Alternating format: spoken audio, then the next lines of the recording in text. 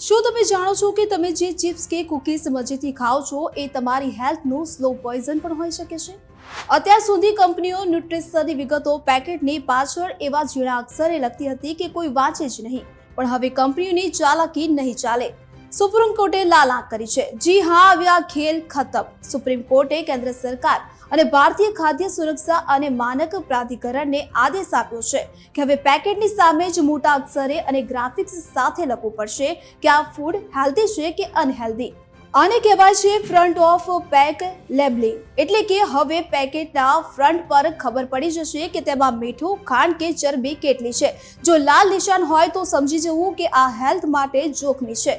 હવે કંપનીઓ તમને અંધારામાં નહીં રાખી શકે. તમારી હેલ્થ હવે તમારા હાથમાં છે, ઝીણા અક્ષરોમાં નહીં. તો તૈયાર થઈ જાઓ, હવે શોપિંગ થશે સ્માર્ટ અને લાઈફ બનશે હેલ્ધી. તો હવે જ્યારે પણ સુપર માર્કેટમાં જાઓ ત્યારે પેકેટના ચહેરા પર જોજો, પાછળ નહીં.